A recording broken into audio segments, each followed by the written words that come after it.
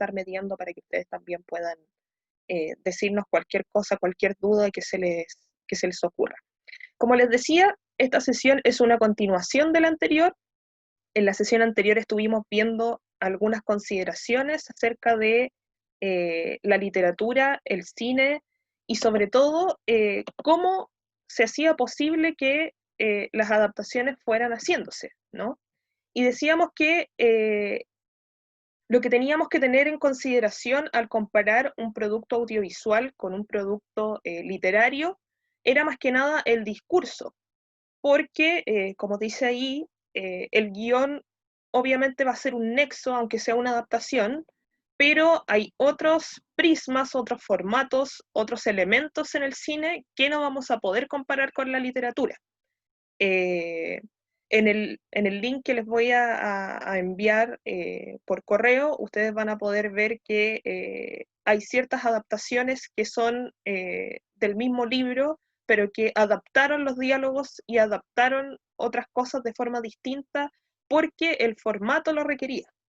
Entonces, lo primero que vamos a ver es la continuación de estas recomendaciones que les estaba haciendo. Añadimos algunas más porque nos dimos cuenta que nos faltaban. Entonces, la primera que les quería recomendar era Mujercitas, este libro como famosísimo de Louisa May Alcott, que es del año 1868, del cual probablemente también hay un montón de adaptaciones, tal como pasa con Orgullo y Prejuicio, probablemente es una de las películas más versionadas de un libro, pero en este caso la versión de 2019, yo creo que, a mi opinión personal, es la mejor versión que se ha hecho hasta el momento. Eh, no sé si alguno de ustedes leyó el libro alguna vez, pero la trama trata de las hermanas March, una de ellas, Jo, es escritora, tienes otras dos hermanas que están en edad de casarse, y básicamente el libro y también la película lo que cuentan son las peripecias y, digamos, alterna también la vida de la infancia de las hermanas March con la vida adulta ya más hacia el final. Y lo que tiene esta adaptación que la hace como tan importante es que cuenta con un elenco obviamente muy, muy estelar. Está ahí Saoirse Ronan, Emma Watson, Laura Dern, hasta la Meryl Streep ahí haciendo de la tía.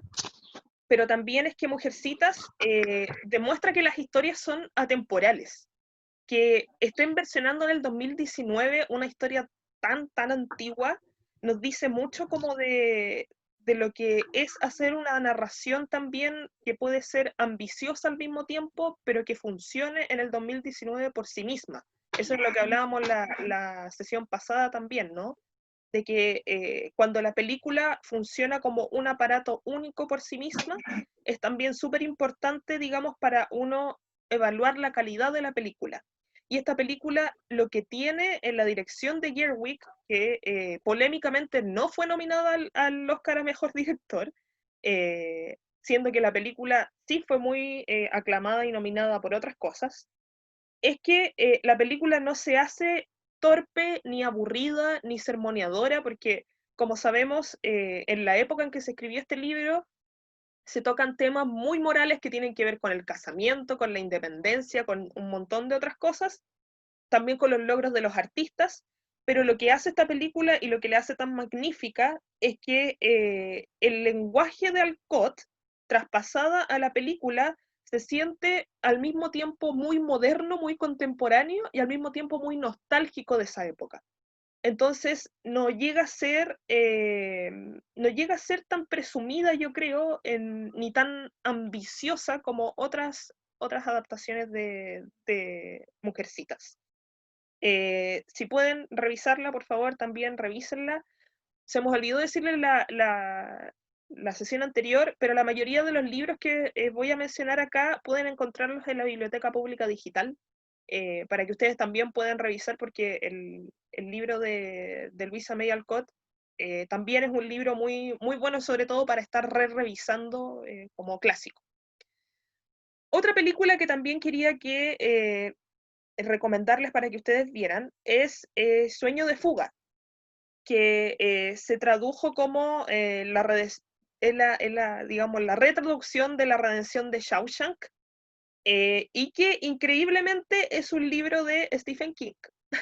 Eso no lo sabe mucha gente. La película es muy conocida, pero el libro no tanto, o por lo menos no se tiene la noción de que es de Stephen King, porque no es un libro que se le asocie, digamos, por género. Stephen King, como ustedes saben, es un escritor de más que nada terror y thriller, y este libro es más que nada dramático. Está basado en la novela Rita Hayworth y la redención de Shawshank, y está incluido en el libro Las Cuatro Estaciones, por eso no sale la portada como específicamente del título, sino que está incluido en Las Cuatro Estaciones, que es una compilación de novelas cortas de Stephen King.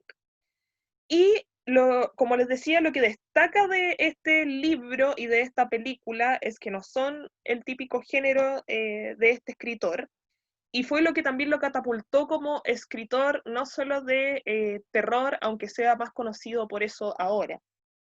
La trama trata de un banquero, Andy, que es el que está a la izquierda de la pantalla, que es condenado a cadena perpetua en la penitenciaría estatal de Shawshank por asesinar a su esposa y a su amante, a pesar de que él se declara inocente. En la prisión conoce a un contrabandista que es Red, que está en el lado derecho, que se dedica como a conseguir las cosas en la prisión, básicamente.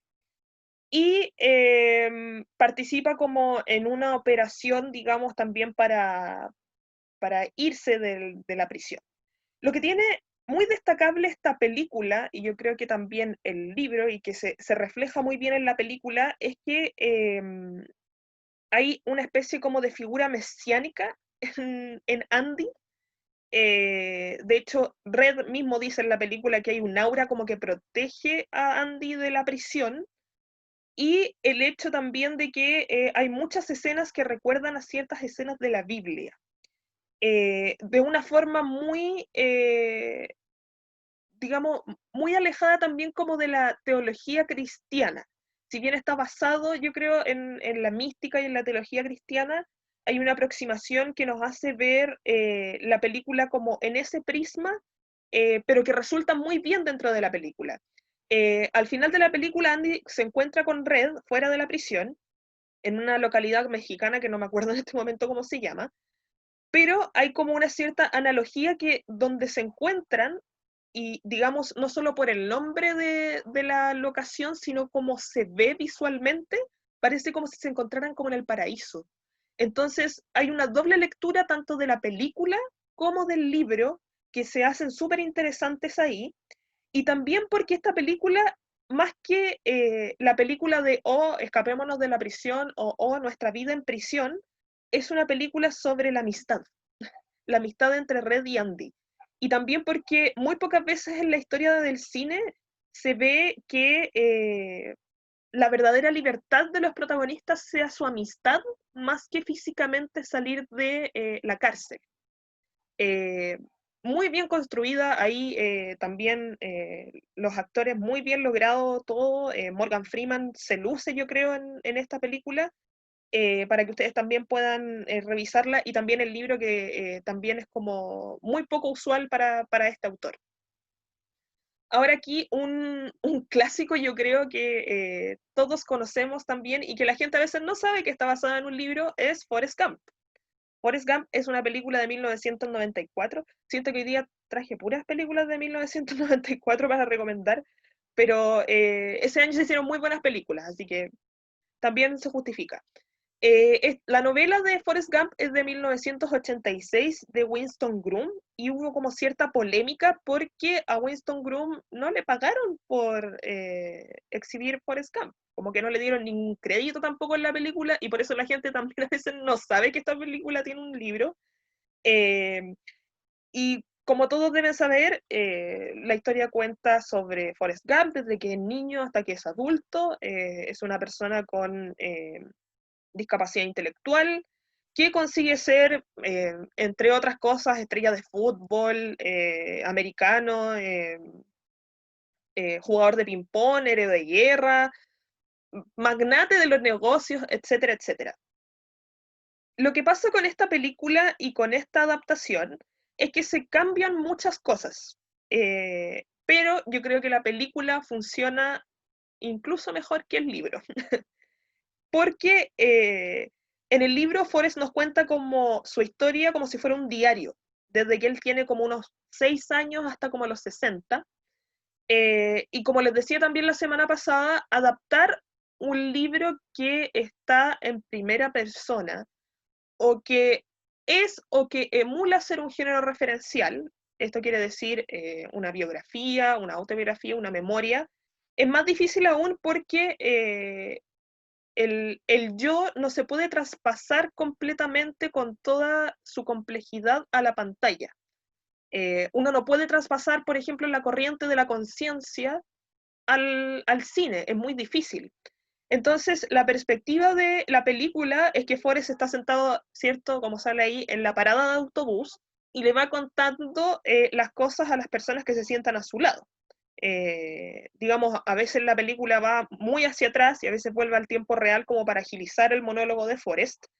Eh, pero, digamos, esa es como una de las dificultades que tiene como hacer este tipo de adaptaciones de libros que tengan este formato.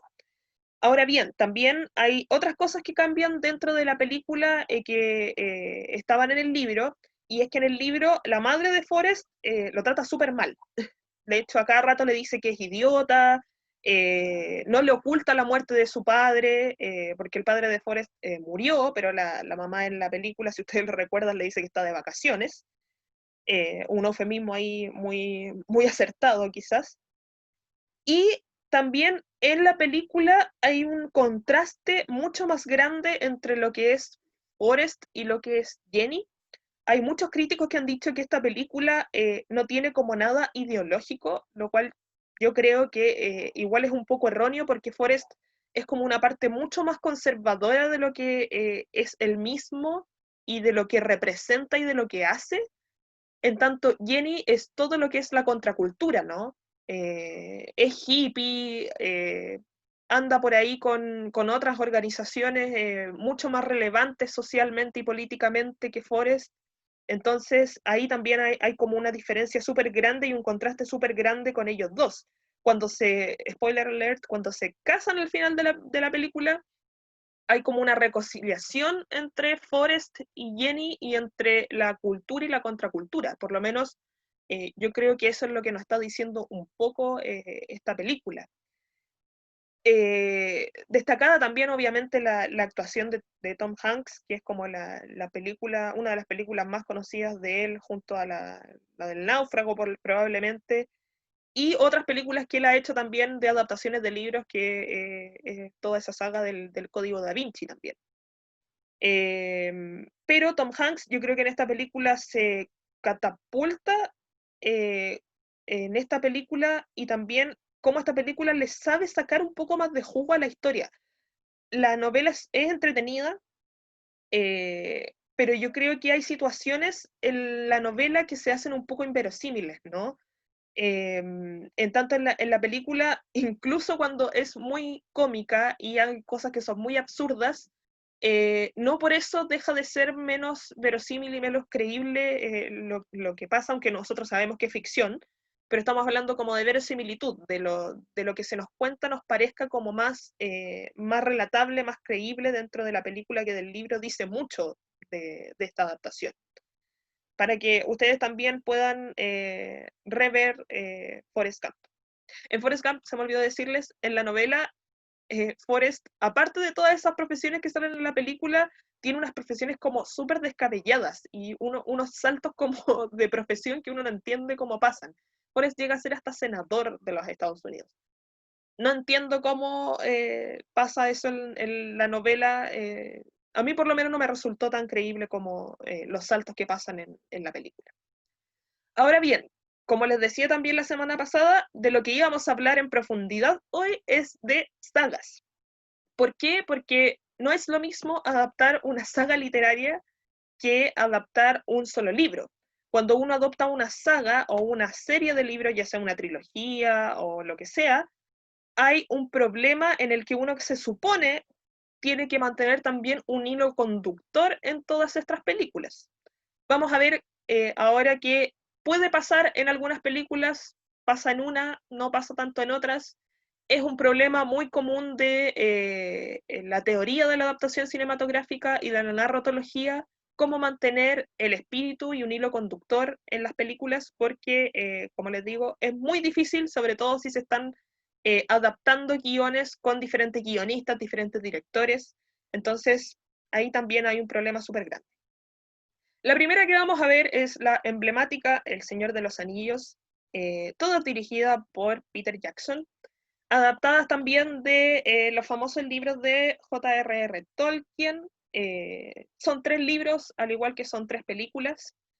A mí me parece que estas 3 películas, que fueron las 3 muy premiadas, ponen en este caso particular, si ustedes nunca han leído los libros de Tolkien, como que, y aunque los hayan leído, van a valorar, yo creo, mucho estas películas, porque siento que la fantasía es un mundo súper difícil de adaptar y súper difícil de mantener también como esa coherencia del argumento, siendo que hay otros elementos que tienen que ser adaptados, que no solo es como la trama, sino como que uno cuando está viendo estas películas le pone aún más atención al vestuario, a la caracterización del personaje y todos esos elementos. Entonces, estas películas yo creo en muchos sentidos son una verdadera pieza como de arte. Eh, Hay una preocupación, digamos, por la vestimenta, por cómo los personajes se parecen a los de los libros. Hay algunos detalles, obviamente, pero yo creo que la esencia está cumplida, por lo menos, en estas películas. Y es que también hay ciertos cambios sustanciales que modifican los símbolos de ciertos personajes o los elementos por los que uno los identifica, pero eso no hace que las películas sean malas, ¿no? Ahora, si comparamos los libros con las películas, yo creo que hay ciertos personajes que cambian mucho. Por ejemplo, el que está al lado de la derecha de la pantalla, que es Aragorn, es probablemente uno de los mejores personajes secundarios de toda la historia del Señor de los Anillos, pero Aragorn en las películas está como más relacionado como cómo convertirse en buen hombre y en cómo llenar los zapatos de los que vinieron antes de él, que otra cosa.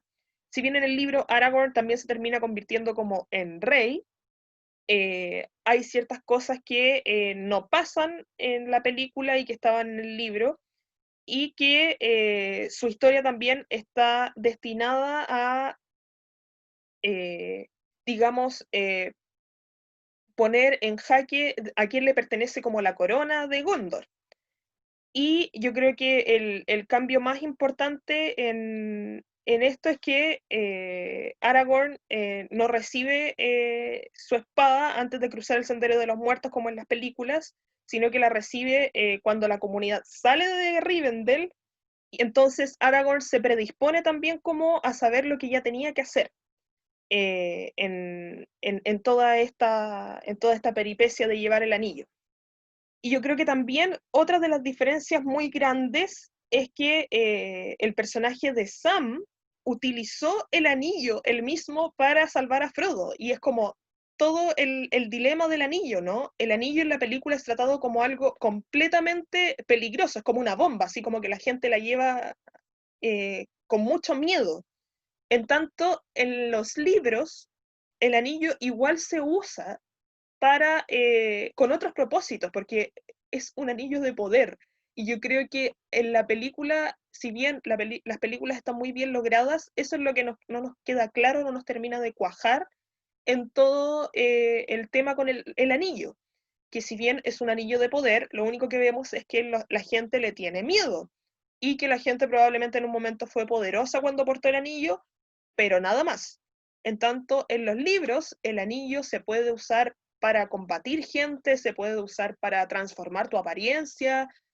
Hay otras cosas que están relacionadas al anillo que obviamente por la cantidad de tiempo que se usan estas películas también, imagínense, cada una dura casi 3 horas, más de 3 horas incluso, es como uno tiene que verse estas películas como en un día completo tiene que usar, entonces ya no había dónde añadir más detalles. Pero yo creo que esos detalles son importantes para el libro, como les decía también la semana pasada, pero no para las películas. Las películas pueden sobrevivir súper bien en caso de saga sin estos elementos y sobre todo porque esta trilogía también mantiene una coherencia entre las tres eh, que hacen que también uno no pueda ver una si no se ve la otra, ¿no? Igual si uno parte por la segunda, uno queda como un poco confundido, a pesar de que cada una también funciona muy bien por sí misma. Ahora, también quería hablarles de los hombres que no amaban a las mujeres o la chica del dragón tatuado, dependiendo de la versión que ustedes conozcan o pueden haber visto.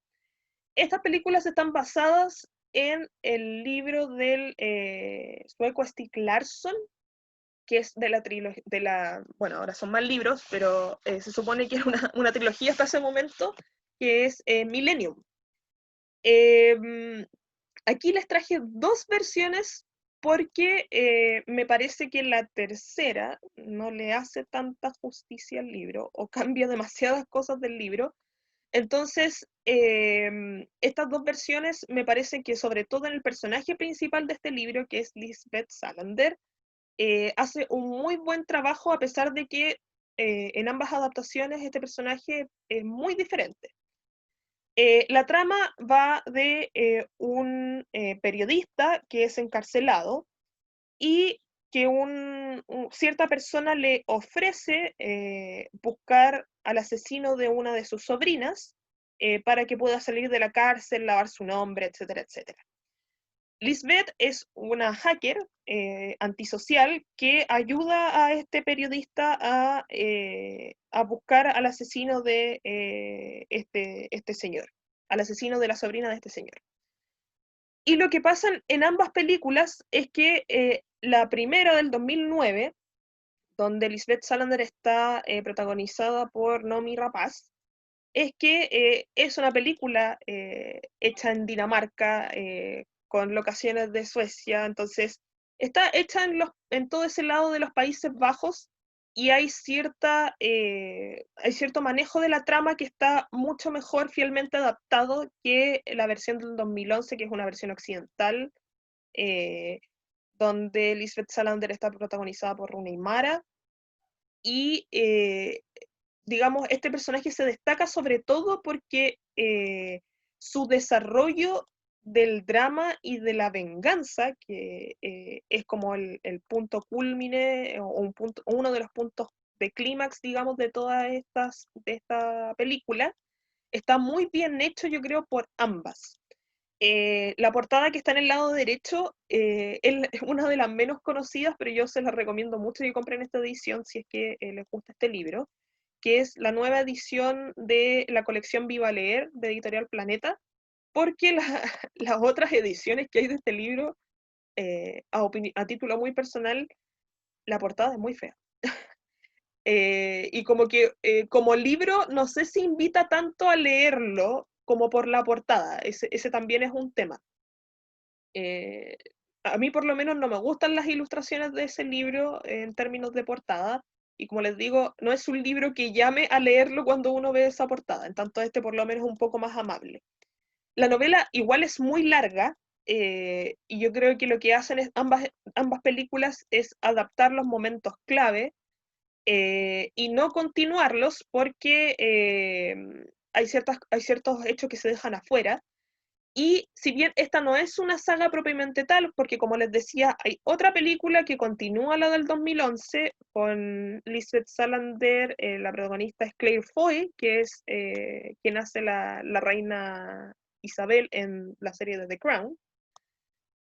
No es tan fiel, no es tan buena, y aparte no adapta este libro, adapta un libro que escribió el autor que siguió esta saga Millennium, porque Stieg Larsson murió cuando estaba publicándose el primer libro y había terminado el tercero, estaba escribiendo el cuarto, pero no alcanzó casi ni a empezarlo.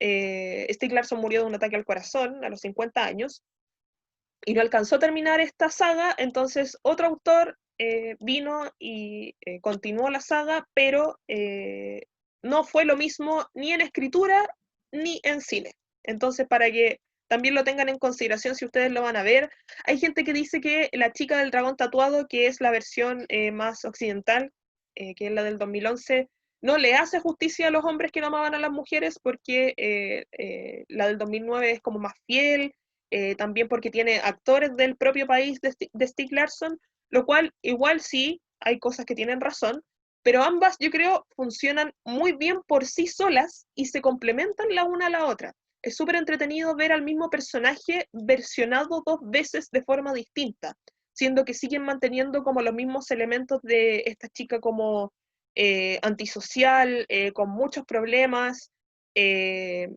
muy inteligente también. Entonces, para que ustedes también puedan verlo y compararlo con el libro también, que es otra experiencia también verlo desde el libro.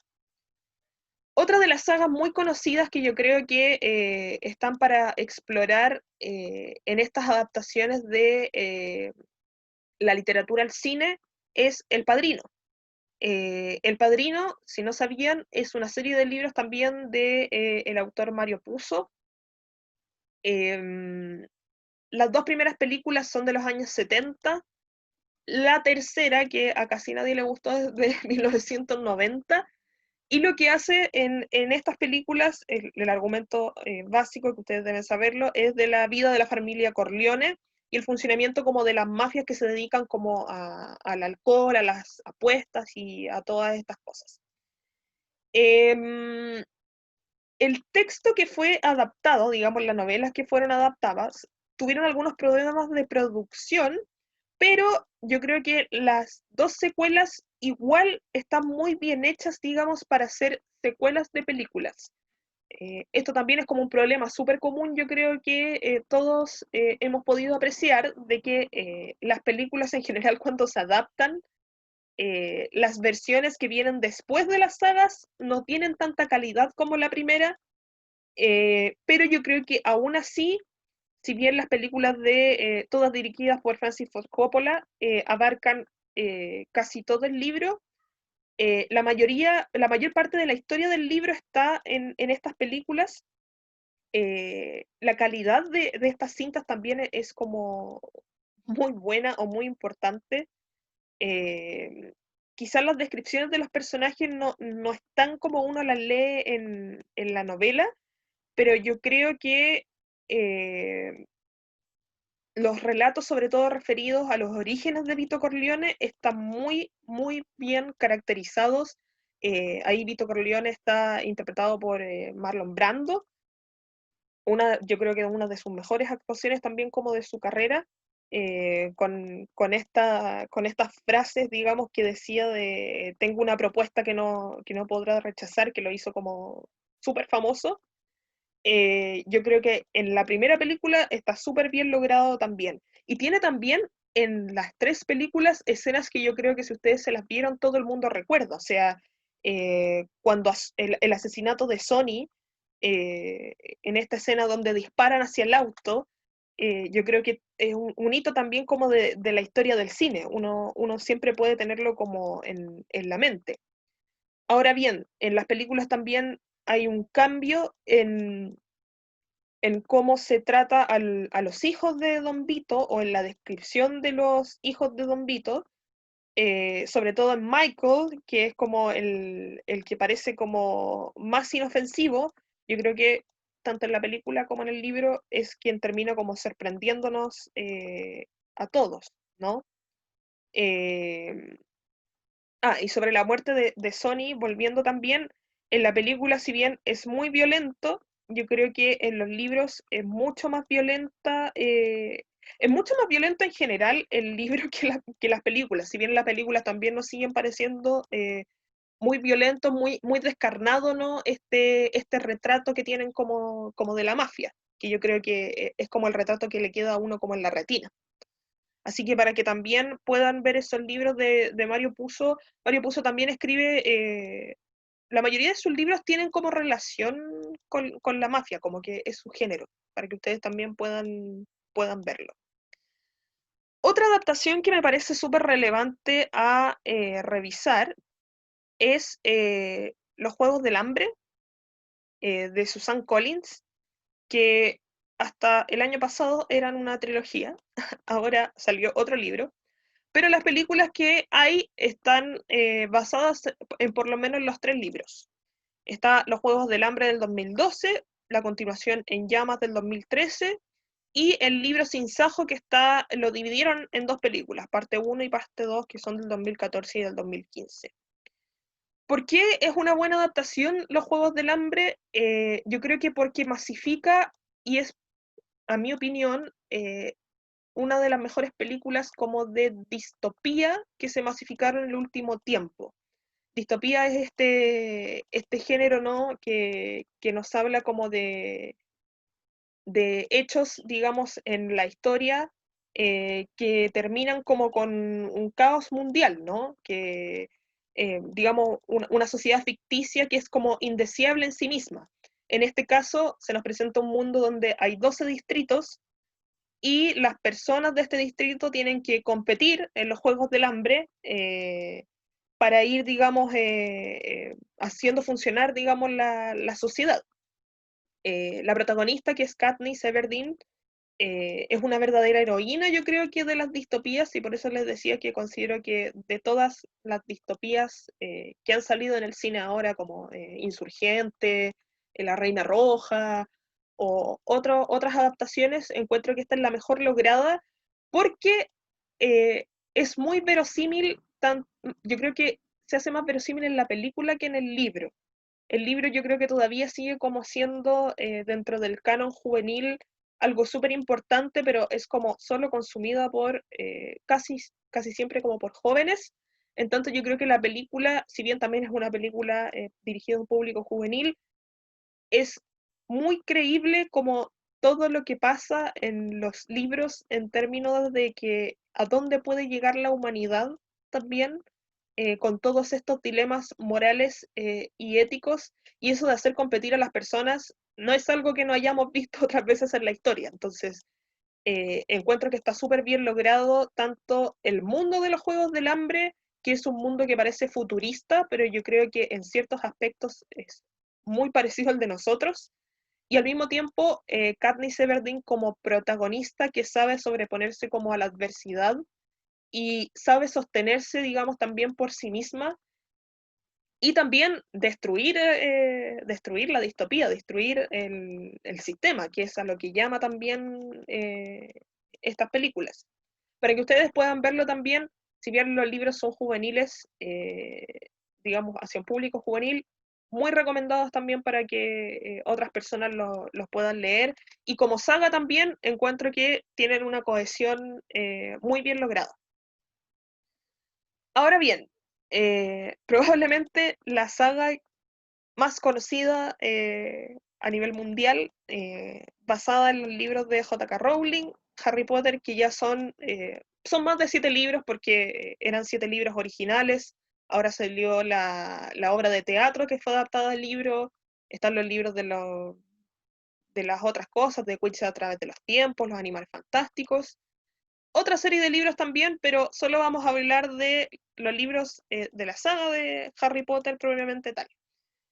¿Por qué puse estas tres y no puse los siguientes libros de Harry Potter? Porque encuentro que las diferencias que hay entre Harry Potter se pueden hacer, yo creo, entre las primeras dos películas y la tercera. Y yo creo que con los libros también. ¿Por qué? Si ustedes se fijan en las primeras dos películas, que es La Piedra Filosofal y La Cámara Secreta, solo en términos de póster promocional se puede ver la diferencia y el cambio que hay también como de la mano de los directores. Las primeras dos películas están dirigidas por Chris Columbus, la tercera está dirigida por Alfonso Cuarón, la cuarta, no me acuerdo del nombre del director, pero es como Mike algo, y las otras de la quinta en adelante son de David Yates, de la quinta, la sexta, la séptima y las dos de la séptima. Yo creo que el cambio más grande en Harry Potter se da por una cosa que tiene que ver con la literatura, ¿no? que es que en los primeros 2 libros de Harry Potter y en las primeras 2 películas hay una orientación más hacia la aventura, y hay como una orientación dickensiana también, como que hay mucha influencia como de la literatura de Charles Dickens en las primeras 2 películas y en los primeros 2 libros. En tanto, en el tercero, uno ve a Harry ya creciendo y ya haciéndose adolescente, y la estética obviamente y los temas que se tratan obviamente son más oscuros, entre comillas. En las películas de Harry Potter esto también se visibiliza por el uso, como digamos, de los colores y de la fotografía, no solo como de los pósters. Y como les decía también la semana pasada, si bien hay ciertos elementos y ciertos detalles que cambian en la adaptación, los ojos de Harry, ciertos personajes que se omiten, ciertas situaciones, yo creo que el hilo conductor de Harry Potter en términos de películas se pierde quizás a partir como de la cuarta o de la quinta, en el sentido de que, opinión personal, a mí me pareció que en la película quinta, sexta y las 2 séptimas hay ciertos aspectos del libro en términos narrativos que me parecen que no están bien contados, siendo que los últimos libros son como los más relevantes en términos de acontecimientos. No aún así, me parece que El prisionero de Azkaban es por lo menos la mejor película de toda la saga de Harry Potter, porque mantiene al mismo tiempo la esencia del libro, la esencia de los personajes, pero también tiene una narratología súper buena. O sea, todo este hecho del giratiempo que pasa en El prisionero de Azkaban, esto de volver en el tiempo con un elemento mágico, está súper bien logrado. Yo creo que es una de las partes de Harry Potter que está mejor lograda, es todo el rollo con el giratiempo y todo el rollo con los viajes en el tiempo. Si bien en las películas que vienen después tenemos un montón de flashbacks y de recuerdos, tenemos el pensadero donde uno puede introducirse en los recuerdos de los demás, no me parece que está tan bien logrado como El prisionero de Azkaban, aparte que en El prisionero de Azkaban como que nos pones personajes súper relevantes como íconos. Yo creo que hasta el momento Sirius Black probablemente es uno de los personajes más queridos de toda la saga, así como Remus Lupin, o así mismo como los personajes más detestados. Yo creo que todo el mundo detesta a Peter Pettigrew. Entonces, esta película lo que vino a hacer fue asentar un precedente también en la saga, como la película que está también mejor lograda no solo por los aspectos visuales, sino también por cómo adaptó el crecimiento del personaje. O sea, acá hay una madurez psicológica y sexual también del trío protagonista. Y nos pone como en jaque todo este tono como más oscuro que también se ve en los libros. Y como les decía, la dirección de fotografía, el vestuario, el maquillaje, el decorado, todas las cosas ya tengan que ver con el estilo, con la simbología. El prisionero de Azkaban también tiene como a los dementores, que son estos guardias de la prisión que absorben la felicidad. Hay toda una cosa simbólica y iconográfica en la película que no se logra en el de Columbus, donde solo uno dice como, esta es una película británica, donde uno dice, esto es una comedia inglesa con un toque súper inglés, que es yo creo que lo que tradujo Columbus en las primeras 2 películas, no así en la de Alfonso Cuarón, y no así en las otras que me parecen también no tan bien contadas como en las otras. Yo creo que también en El prisionero de Azkaban está el elemento de la muerte súper patente, de forma muy poco aventurera, como no estaban en las otras 2 películas anteriores. Y yo creo que es como la mayor carga simbólica que tiene Harry Potter y El prisionero de Azkaban.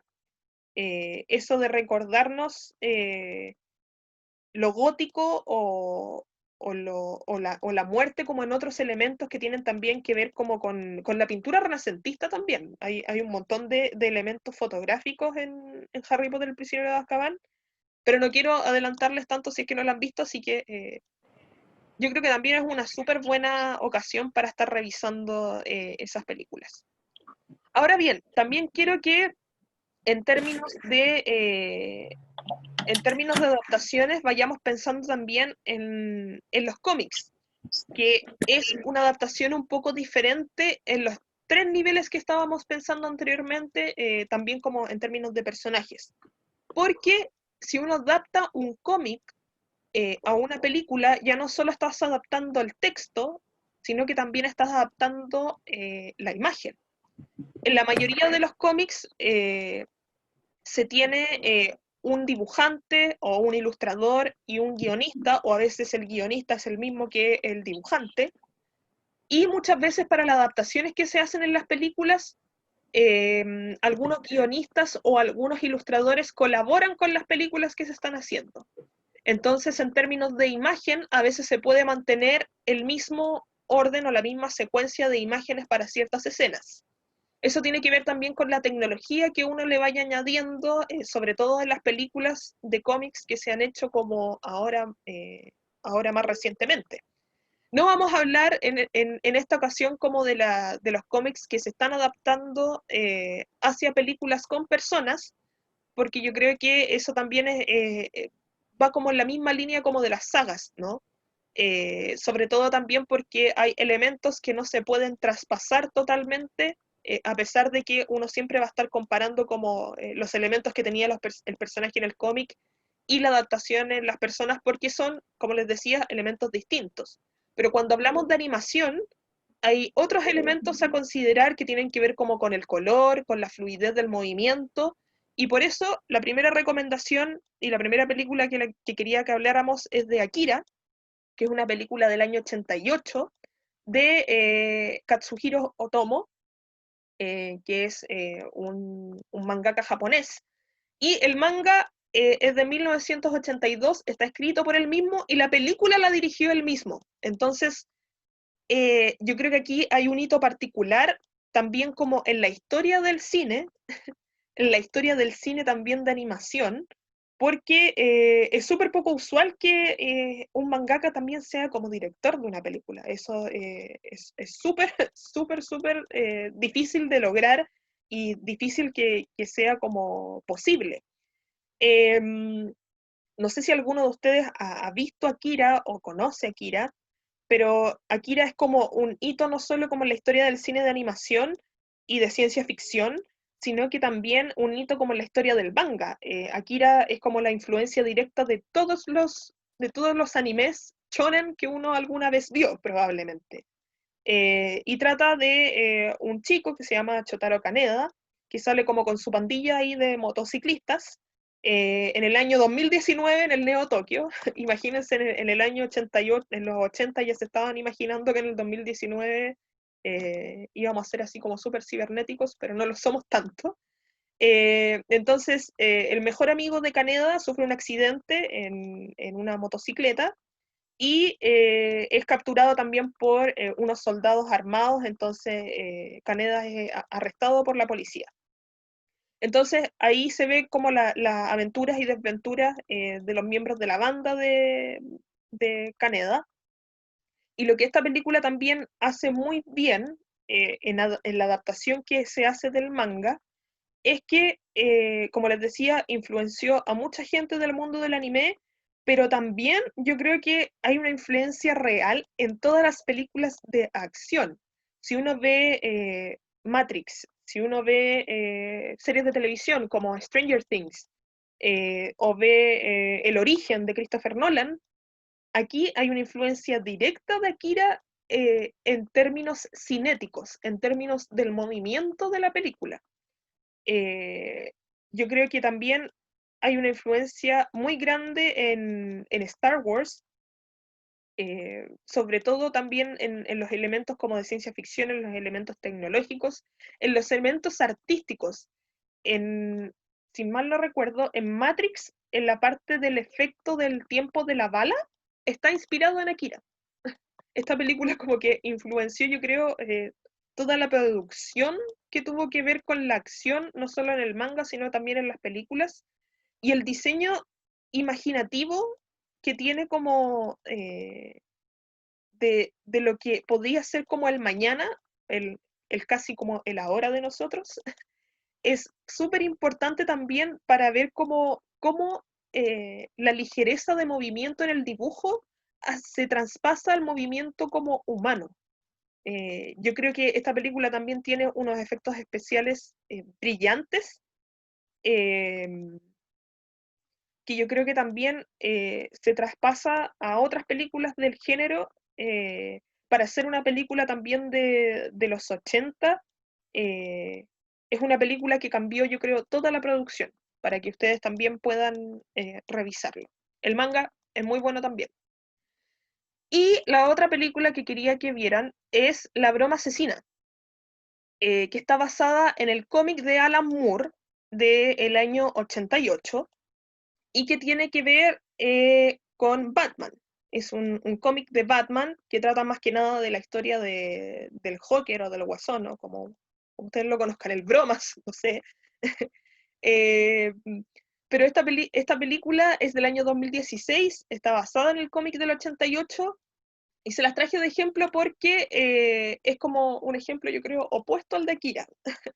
Si bien la película no es mala, eh, el cómic tiene algo eh, que la película no sabe lograr, y que tiene que ver como con toda la trama de la broma asesina, que es básicamente que, digamos, Batman está en Gotham City, eh, y la Batichica está como frustrada porque no puede frenar un asalto y a la Batichica le disparan. Entonces, ¿cómo se llama? El Joker le dispara a Batichica o a Bárbara Gordon, como ustedes la conozcan en realidad. Y Batman acude como a una escena del crimen donde encuentra como cadáveres marcados con una sonrisa congelada, entonces va en busca del Joker también. Y lo que tiene este cómic, que yo creo que es súper difícil de plasmar, como les decía, es la complejidad del Joker en su historia misma. El hecho de que el Joker se pregunte a cada rato en el cómic, no sé si esto era real, porque cuenta como parte de su proceso de convertirse en él, pero muy fragmentado, porque él dice que lo recuerda cada vez distinto. Em, yo creo que eso, si bien está en la película, es muy difícil de inculcar o de traspasar todo eso que pasa en el cómic en términos de imagen también, porque en términos de imagen quizás es muy calcado a lo que está en el cómic, pero yo creo que a términos de guión, a términos de discurso, como deberíamos hablarlo, no está tan bien hecho como el cómic. Eh, y si bien las escenas como que recrean con una exactitud, yo creo que casi minuciosa, el estilo y la estética oscura del 80 que tiene el cómic, no es posible traspasarlo como a esta película. No es mala, las actuaciones de voces están súper buenas, eso también es un elemento que tienen como las películas de animación, que las voces son súper importantes y se hacen súper relevantes. Yo creo que están súper bien logradas, pero la mayor fuerza como de toda esta trama de la broma asesina está en el cómic y no en la película, para que ustedes también puedan ver y revisar. Ahora les traje un ejemplo también de otro manga un poco más actual, que es Black Butler o Mayordomo Negro, que es un manga del 2006 de la autora japonesa Yana Toboso. Y se los traje porque quería que vieran como la fidelidad que a veces se da que también se dio como en The Killing Joke, también se dio como en Akira, pero aquí les traía como el ejemplo concreto. Black Butler o Mayordomo Negro es un manga que trata de un niño que tiene un contrato con un demonio, que se hace pasar por un mayordomo, digamos, y el niño hace como los trabajos sucios de la reina Victoria. Entonces, este manga es súper interesante primero porque tiene elementos anacrónicos. Esto quiere decir que toma elementos como de la historia real y los trae como a la trama como para su propio beneficio, ¿no? Y el Book of Murder lo que hace es tomar a la figura de Arthur Conan Doyle y ponerlo ahí en medio para que resuelva un crimen tanto como con el mayordomo y con el conde. Entonces, lo que hace esta película del año 2014 es adaptar un arco de este manga, con la historia esta de Arthur Conan Doyle, el autor muy famoso de Sherlock y de todas esas aventuras. Es que en el manga se toman ciertas decisiones sobre las películas y que tienen que ver sobre cómo adaptar un arco si lo hacemos en formato de anime o lo hacemos en formato de película. Y uno a veces se pregunta, ¿por qué hacen esto con las adaptaciones? ¿Por qué no pusieron esta adaptación como un anime? ¿Por qué no hicieron una serie de anime con este arco? ¿Por qué lo hicieron película?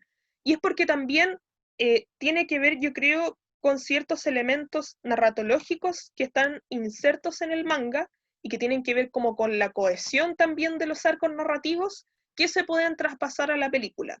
Si bien este arco son dos películas, es Book of Murder 1 y 2, yo creo que se hizo así porque mantenía como una coherencia argumental que no era tan larga y que no tenía tantos elementos, entonces se podría traspasar también a la película. Ahí en la pantalla vemos al mayordomo asesinado y tanto en la película como en el manga el momento pasa de la misma forma, entonces eso también se agradece como en casos de adaptaciones. Como les decía, este es un manga súper interesante, eh, tiene elementos, como les decía, anacrónicos, toma no solo como a Arthur Conan Doyle, toma el asesinato de Jack el Destripador, el hundimiento del Titanic, un montón de otras cosas que se hacen súper agradables y graciosas de ver para que ustedes también puedan revisar. Ahora, hemos estado hablando solo de libros que inspiraron películas, pero ¿qué pasa con esas películas que se hicieron libros? ¿Qué pasa con esos libros que no existían antes de las películas?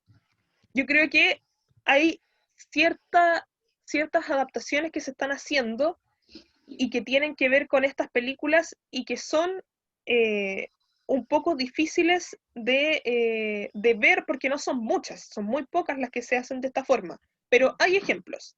El primero es de una película de 1933, muy antigua, que es King Kong, que es la primera adaptación digamos, la primera película y la primera producción donde aparece King Kong como personaje. Es dirigida por Merian C. Cooper y Ernest B. Schoedenschack, y esta película fue un hito porque, digamos, a pesar de ser en blanco y negro, ustedes se pueden imaginar por las imágenes el hito en la historia del cine que supuso hacer una película de tales formas. O sea, estamos viendo en la parte de abajo de la pantalla a King Kong como en primer plano comiéndose a una persona. Entonces, se imaginarán el hito tecnológico que supuso hacer una película como esta.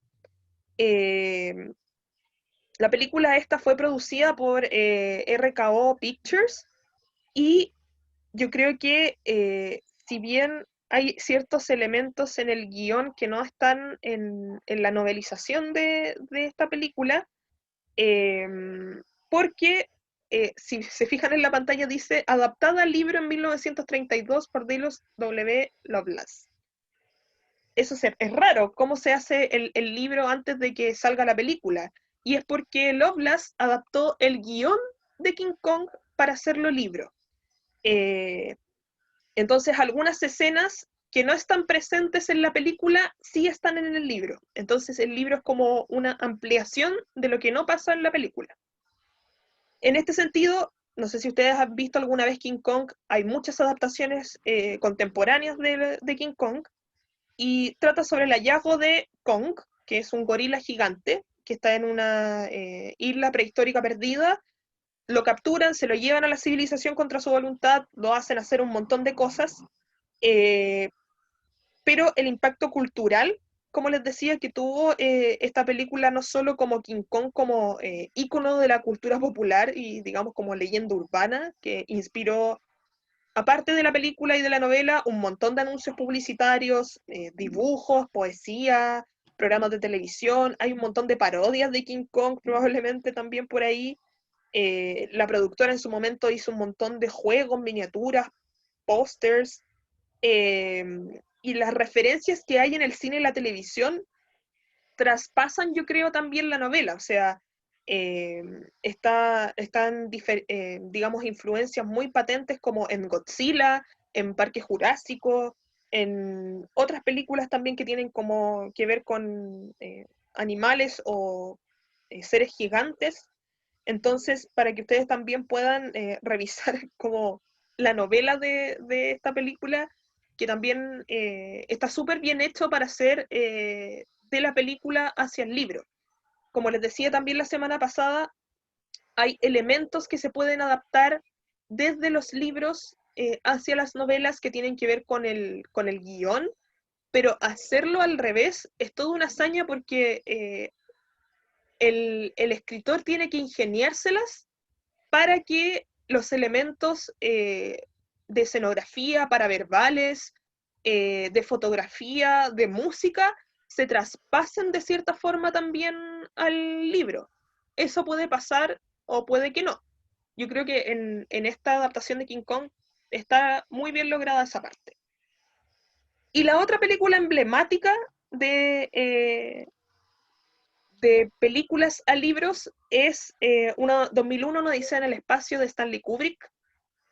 Mucha gente no sabe también de que hay un libro de esta película.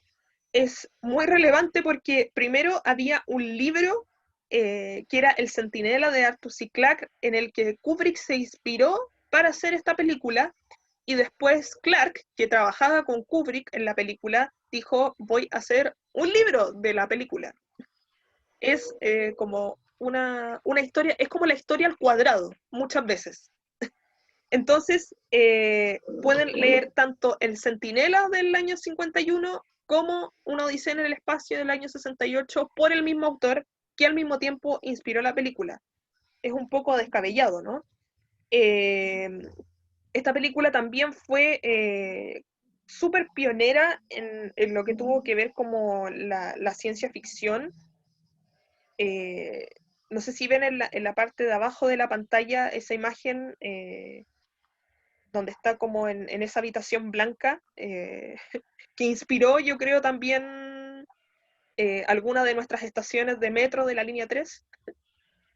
Eh, yo creo que todo el aparato de fotografía de la Odisea en el espacio fue súper revolucionario en términos de comunicación visual, pero también de los efectos especiales. El realismo científico que tiene esta película también es súper, súper poco común para ser una película también del año 68.